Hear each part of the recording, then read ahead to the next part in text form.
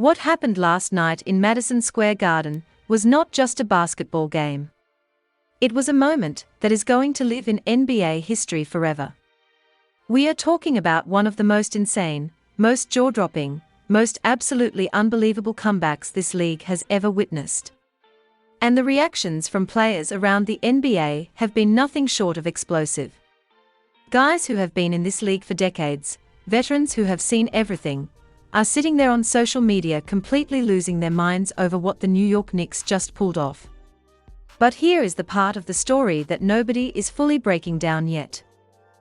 The part that is going to make Spurs fans physically sick to their stomach, because the era Fox, one of the most talented guards in this entire league, had the game in his hands. 12 seconds left on the clock. All he had to do, and I mean all he had to do, was dribble the basketball. That is it. Just dribble. Run the clock out. Make them foul you. Do literally anything other than what he did.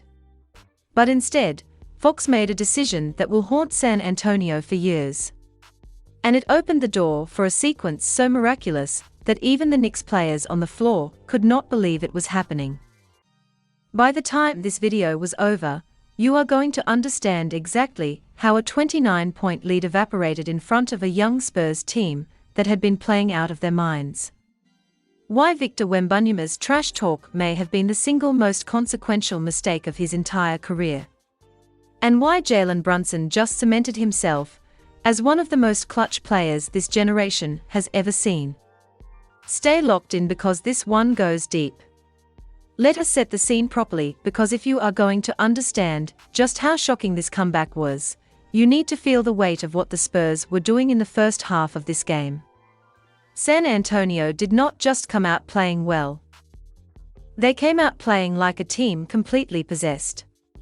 From the opening tip, the Spurs were moving the ball with a level of precision and efficiency that had the entire Madison Square Garden crowd completely silent. These were not lucky shots. These were not desperate heaves. The Spurs were knocking down three-pointer after three-pointer with a level of cold-blooded confidence that made it look like they were playing a pickup game in their own backyard rather than stepping into the loudest, most hostile arena of professional basketball. Here is where the numbers become genuinely hard to believe. The San Antonio Spurs hit 14 three-pointers in a row at one point in this game. 14 consecutive three-pointers. Think about that for a moment. Professional basketball players at the highest level of competition in a playoff atmosphere connecting in 14 straight attempts from beyond the arc. The Knicks' defense was not sleeping. They were active. They were contesting. They were doing the things that a good defensive team is supposed to do, and it simply did not matter, because the Spurs were in a zone that you genuinely only see a handful of times in an entire season. Every single shooter they had was feeling it. The ball was swinging, hands were ready, and the moment the catch happened, it was nothing but net. 14 in a row. The lead grew and grew and grew until San Antonio had stretched it out to 29 points. And at that moment, the conversation inside MSG was not about a comeback. The conversation was about damage control. Could the Knicks make this respectable? Could they at least keep it close enough to maintain dignity? A 29-point lead in a playoff game is not just a lead. It is a statement. It is a team telling the entire basketball world that they have arrived, that they are not intimidated, and that the moment is not too big for them.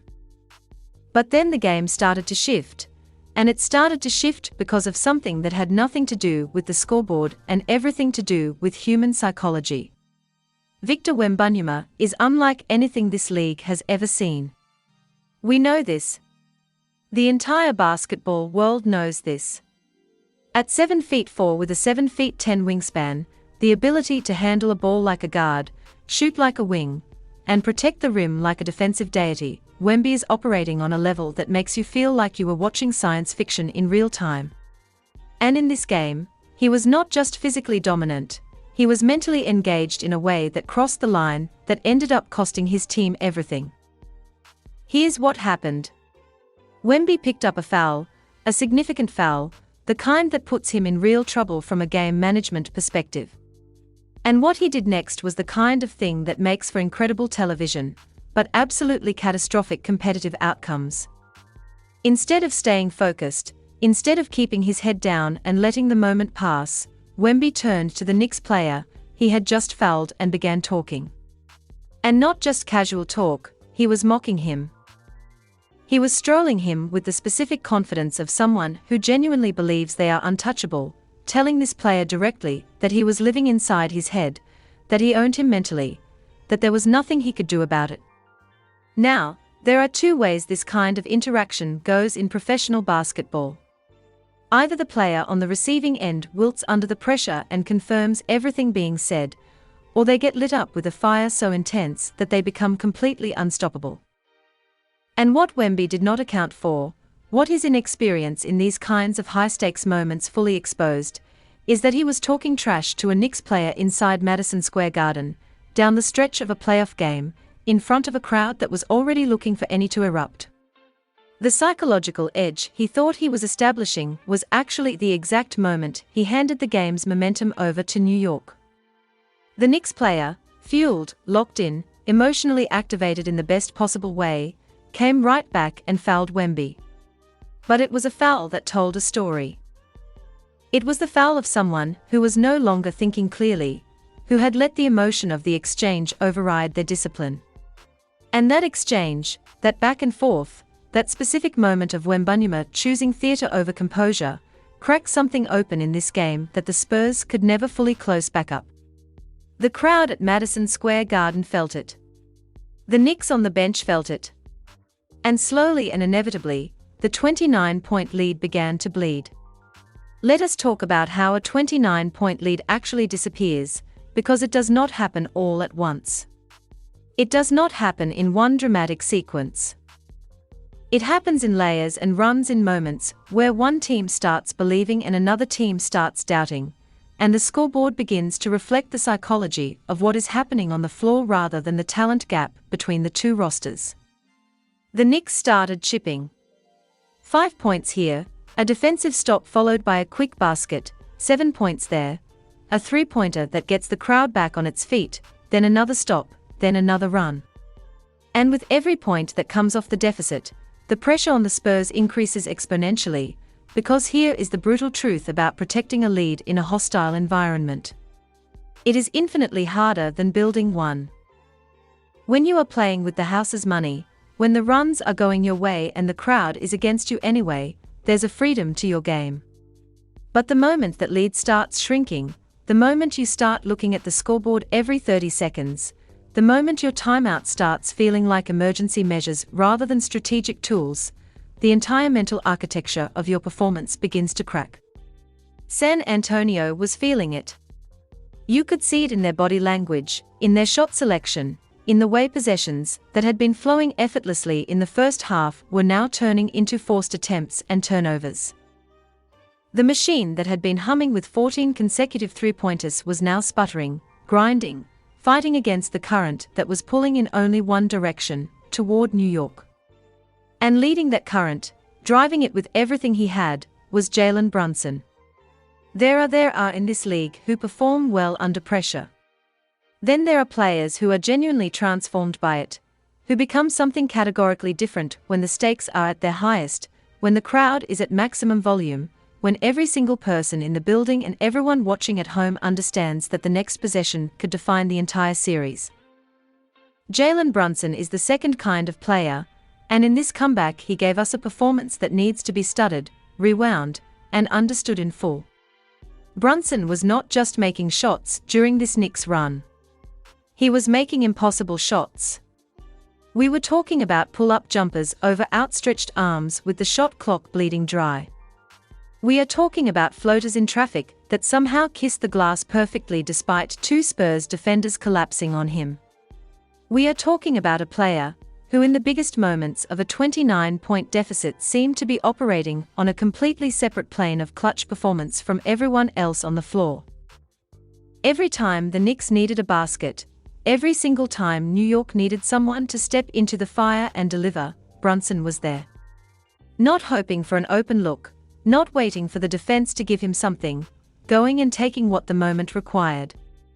The crowd at MSG was responding to every single make with a ferocity that you simply cannot manufacture. This was genuine, raw, collective emotion from a fan base that had been told all night long that their team was done, and was now watching their guys systematically dismantle that narrative one incredible shot at a time. Players around the league watching this game in real time were losing their minds. The group chats were going crazy. The social media posts were flooding in because what Brunson was doing in those final minutes was not just great basketball. It was a statement about who he is as a player and what the New York Knicks are capable of when their backs are against the wall. The deficit that had been 29 became 20, then 15, then 10. Then the game was genuinely, legitimately close. And the Spurs, who had come in looking like world beaters, were suddenly on their heels in the building where the Knicks had been trying to make exactly this kind of magic happen all season long. Now, here's where we need to slow everything down, because the final 2 minutes of this basketball game was so dense with consequential decisions, so loaded with moments that would be replayed in highlight packages for years, that if you blink, you will miss the full picture of what actually went down. The Knicks had cut it. They were close. The energy in the building was something you could physically feel through a television screen. That specific electricity that only exists when something historically improbable is actively happening in real time. The Spurs, to their credit, were still fighting. They were making plays, competing, trying desperately to hold on to what had been a dominant performance with 3.5 quarters. And De'Aaron Fox, their best ball handler and most experienced playmaker in clutch time situations, had the basketball with 12 seconds left on the game clock. 12 seconds. A lead that, while no longer 29, was still a lead. All Fox needed to do was protect the ball, run the clock, force the Knicks to foul him, make free throws, do anything except give New York a live possession with a chance to win. It is the simplest instruction in all of basketball. When you have the lead and the clock is your friend, you do not do anything cute. You do not try to be a hero. You dribble the basketball, you absorb the foul if it comes, and you close the game out. Fox did not dribble the basketball. What happened instead was a sequence so stunning, so completely contrary to every logical expectation, that even the players on both benches needed a moment to process what they were seeing. Fox attacked. Fox got to the rim, and Fox missed a layup. The kind of layup that a player of his caliber makes in his sleep in any other moment of any other game. And the ball was loose, a turnover, a live ball situation. 12 seconds. New York's ball. A chance. The thing about Madison Square Garden in a moment like this is that the crowd does not just get loud, it transforms. It becomes something almost supernatural. A force that you can feel every player on both teams responding to physically. When Fox's layup rimmed out and the Knicks secure possession, the sound that erupted from that building was the sound of 20,000 people who had watched their team fight back from the impossible, actually beginning to believe that the impossible was real. Jalen Brunson had the ball. Of course he did. When the Knicks need a shot, when the game is on the line and everything has to be perfect, the ball finds Brunson because Brunson has earned the right to be in that moment. He attacked, he got to his spot, and he released the shot. Not clean, not a pure swish, but a shot that had enough on it to be a problem. A shot that rattled around and created a situation that only needed one more play to become one of the greatest endings in Madison Square Garden history. OG Anunoby was in the right place. That is the simplest way to say it. OG Anunoby, who has quietly been one of the most important players on this Knicks roster all season long, found the ball coming off the rim and tipped it in. Tipped it in at the buzzer. After a 29-point deficit. After Wemby's trash talk. After Fox's missed layup. After Brunson's impossible run. After everything that had happened across 4 quarters of basketball, it came down to OG Anunoby tipping in a miss at the buzzer. And the New York Knicks had just completed one of the most stunning comebacks in the history of this franchise and arguably in the history of the entire league. Now, let us talk about the reactions, because the whole point of this video, the reason players around the NBA could not stop posting and commenting and reacting, is that what happened in this game transcended the Knicks and the Spurs. It became a moment that every single player in this league felt personally, because every player in this league has either been on a team that blew a lead like this, or has been on a team that needed a comeback like this. And the emotions attached to both sides of that experience are visceral in a way that casual fans sometimes cannot fully access. Veterans who have been in this league for over a decade were absolutely floored. Former champions who know exactly what it feels like to be in a closeout situation, who understand the mechanics of protecting a lead, who have managed fourth-quarter runs before, were all social media in complete disbelief at what San Antonio allowed to happen, because the consensus from everyone who plays this game at the highest level is identical. You cannot let a team believe they can beat you. Once a team starts believing, once the energy shifts in a hostile environment, once the crowd gets involved and the run starts, every single second of your mental real estate becomes a battle. And San Antonio, despite all of their talent and all of their obvious upside, did not have the experience to close the door when it needed to be closed. The Wemby trash talk, specifically, was getting called out by players who have been around long enough to know better, because veterans understand something that young players sometimes have to learn the hard way. When you are winning big in someone else's building, you keep your mouth shut and you play the game. You do not give the other team a reason to get up. You do not give their best player bulletin board material. You do not stand in the middle of Madison Square Garden and tell a Knicks player that you are in his head, because all you are doing is reaching into that player's chest and lighting a fire that your team is going to have to deal with for the next 2 quarters. Wemby is generationally talented. He is going to be extraordinary for the next 15 years, but this was a lesson, and it was a lesson written in the worst possible ink for a young team that had done everything right for 3 quarters. The Aaron Fox's missed layup was another conversation entirely. Players were sympathetic, genuinely, because anyone who has played the game understands how this happens. The game slows down in moments of maximum pressure in ways that are counterintuitive. Your body tightens in ways it does not tighten in practice. The rim looks different, and Fox, who has made that exact layup 10,000 times in his career, somehow could not convert it when it mattered most. That is not a talent indictment. That is a human indictment. But, the basketball indictment, the one that players around the league were clearly grappling with publicly and privately, is the decision-making that led to being in that position in the first place. Protect the ball. Make them foul you. Trust your free throw shooting over a contested attempt in traffic with 12 seconds on the clock and a lead to protect. Jalen Brunson's performance in this comeback is going to be referenced for a very long time. Not just in New York, not just in Knicks circles, but league-wide in conversations about which players can genuinely be trusted when the weight of a season is sitting on a single possession. Players around the league were saying his name. They were putting him in conversations with other closers, with players who have their own signature moments of delivering under maximum pressure, and that company is not handed out loosely by people who have to compete against these individuals for a living. What Brunson did was not just statistically impressive. What made it resonate with players across the league is the process of it. The fact that he kept attacking, kept making decisions, never let the size of the deficit convince him that the work was not worth doing. That mentality, that specific refusal to acknowledge that a game might be over until the final buzzer sounds, is what separates good players from great ones. And in a game where the Knicks were down 29 points, in a building that had gone quiet under the weight of a Spurs team making every shot it attempted, Brunson kept the flame alive long enough for the comeback to become possible.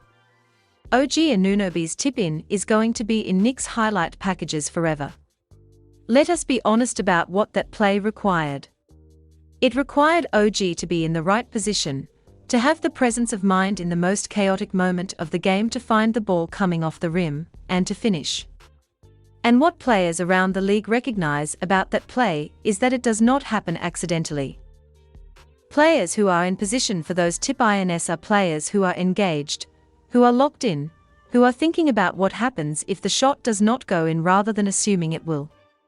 OG was there because OG was doing his job in the exact moment when doing your job mattered more than anything else in the world. The broader implications of this comeback go beyond Game 4. They go beyond the Knicks-Spurs series, beyond the immediate playoff picture, and into the question of what this moment does to both franchises going forward. For the Knicks, this is fuel. This is the kind of win that does not just go in the win column. It goes inside the identity of a team, inside the belief system that players carry with them into every game for the rest of the postseason. You cannot buy that experience. You cannot simulate what it does to your confidence to come back from 29 down in a playoff game. The Knicks now know something about themselves that they did not know before this game. They know that they cannot be buried. They know that as long as Jalen Brunson is on the floor and the crowd at MSG is behind them, no lead is safe and no situation is hopeless. For the Spurs, this is a different kind of education. Wembanyama and Fox and the rest of this young core are going to grow from this experience in ways that make them significantly more dangerous in future postseasons. The lessons embedded in this loss, managing emotions, do not give energy to opponents in their own building, protect the basketball in crunch time above all else, are lessons that playoff experience teaches more effectively than any film session or coaching conversation ever could. San Antonio was going to be a problem for years. Their talent is undeniable and their ceiling is sky high. But right now, on this night, they learn what it costs when you hand a team a lifeline, and that team has Jalen Brunson on the other end of it. The players around the league who reacted to this game were not just reacting to a great comeback. They were reacting to a story with perfect dramatic architecture. A dominant performance that turned into overconfidence, a trash talk exchange that ignited the wrong team, a star guard making impossible shots, a fumble moment with the clock running out, and a tip-in at the buzzer that sent one of the most famous arenas in sports into absolute pandemonium. That is not just a basketball game. That is a narrative that belongs in the same breath as the greatest moments this sport has ever produced. So, here is where everything stands. The Knicks pulled off a 29-point comeback in a playoff game that every single person in the basketball world is still processing. Victor Wembanyama's trash talk turned a blowout into a battleground. De'Aaron Fox had the game literally in his hands with 12 seconds left and let it slip away. Jalen Brunson delivered the kind of clutch performance that cements legacies. And OG Anunoby tipped it in at the buzzer to finish off one of the most extraordinary moments in Madison Square Garden history. The reactions from players around the league say everything you need to know about how significant this moment is. These are professionals who are paid to be objective about competition, who have seen thousands of basketball games, who do not get impressed easily, and they were absolutely beside themselves over what just happened. When players who have been in this league for 15 years are posting shock and disbelief, you know you just witnessed something genuinely historic. What is your take on this?